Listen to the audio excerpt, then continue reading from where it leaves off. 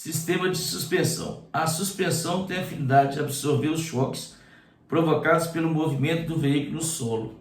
O sistema é composto por molas e amortecedores, conjugado com um braço de suspensão nos veículos menores. Nos veículos pesados, o sistema usa feixes de molas, parafusos ao eixo das rodas. A função do amortecedor é reduzir os movimentos bruscos da mola. Quando o veículo estiver perdendo a estabilidade, é hora de trocar os amortecedores. Sistema de escapamentos. O sistema de escapamento é responsável por expelir a fumaça e os gases gerados quando da queima do combustível e reduzir os ruídos provocados pelo motor. Verifique a coloração da fumaça para identificar possíveis problemas. Fumaça branca, normal. O motor está expelindo vapor d'água condensado. Fumaça azulada, pode ser queima de óleo na câmara de combustão. Fumaça preta, sistema de alimentação desregulado, mais combustível do que ar. Catalisador, localizado antes do escapamento. Essa peça é formada por núcleo cerâmico ou metálico, que transforma grande parte dos gases tóxicos em gases inofensivos, através da reação química ocorrida dentro desse componente, ou seja, os gases tóxicos expelidos pelo motor transformados em gás carbônico, que não é tóxico, nitrogênio e água. Esses equipamentos devem ser substituídos a cada 80 mil quilômetros ou a cada 5 anos de uso. Carroçaria. A carroçaria é montada sobre o chassi ou diretamente no monobloco. É a parte do veículo que fica exposta ao sol e chuva.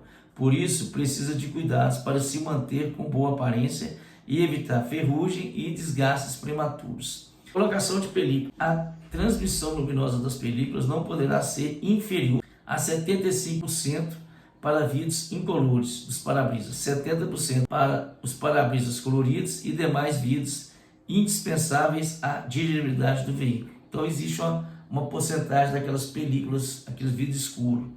Trinca no para-brisa, eu só vou explicar para vocês aqui.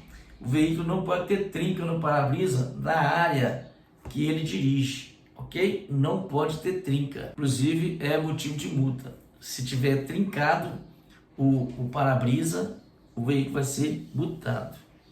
Problemas dia a dia.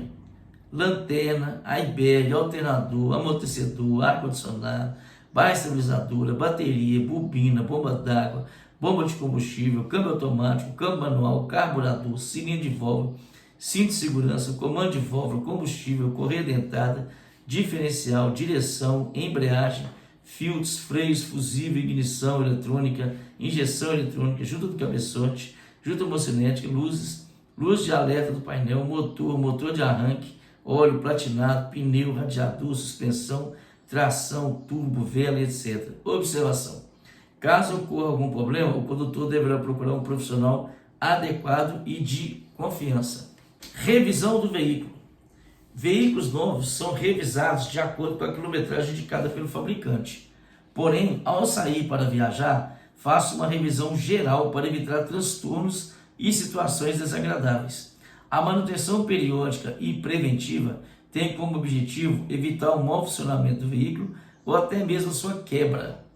Por mais cuidado que se tenha ao utilizar um veículo, este sempre sofrerá desgastes ao longo do tempo. O manual do veículo indica a periodicidade para verificação de diversos itens. Alguns devem ser checados no mínimo semanalmente e, no caso de veículos de carga e passageiro, diariamente. Abaixo temos alguns exemplos que podem ser verificados pelo próprio motorista. Alguns devem ser checados no mínimo semanalmente, que é o nosso caso, carro pequeno, o carro de passeio. Semanalmente é ideal você dar uma olhada se está tudo certo.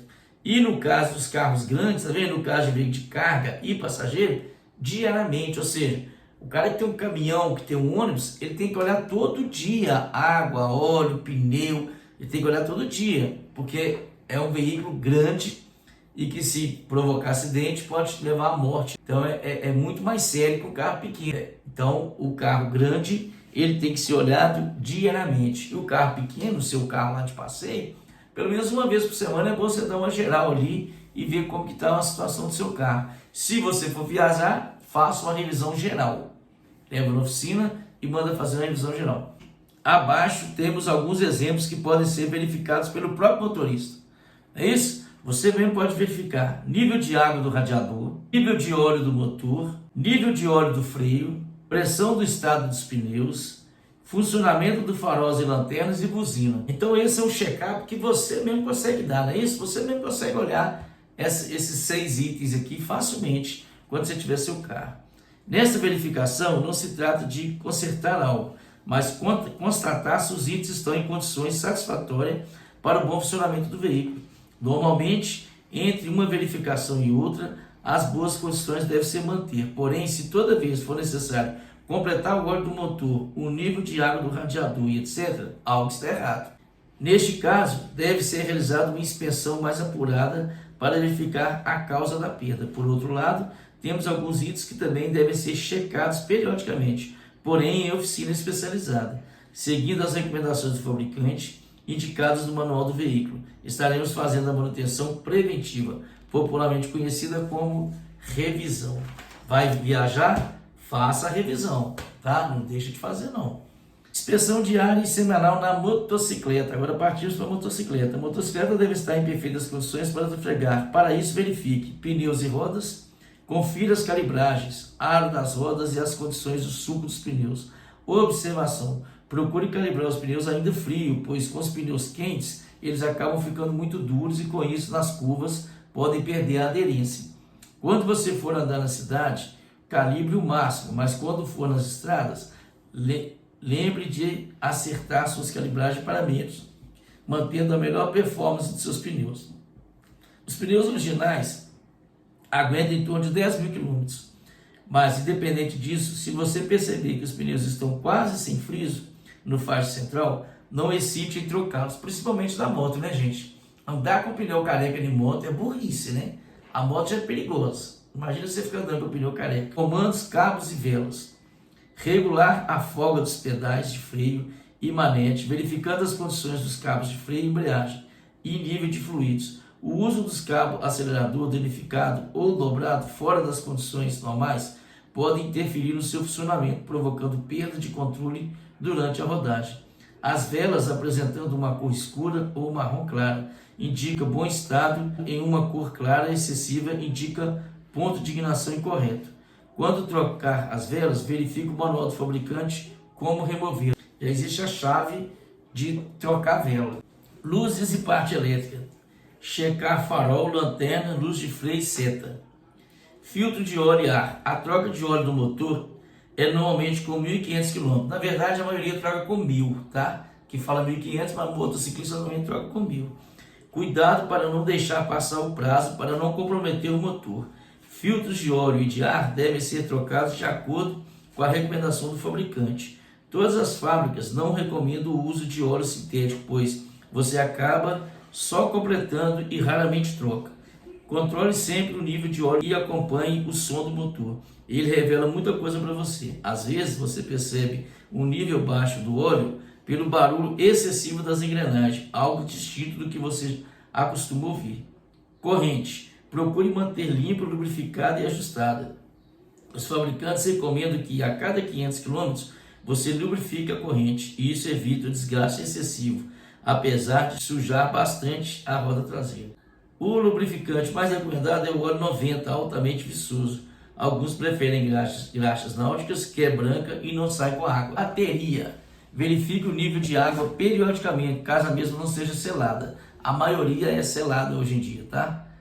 Quando sua bateria começar a dar sinal de vida, isto é, o farol enfraquecer em marcha lenta, piscar junto com a sinaleira ou acender quando você acelerar, complete o nível da solução. Se não resolver, procure trocar a bateria. Parafuso. Sempre que lembrar, dê uma geral nos parafusos de carenagem, roda, suporte, etc. A alta vibração provocada tanto pelo motor quanto pelo tipo de calçamento afrouxam sistematicamente os parafusos.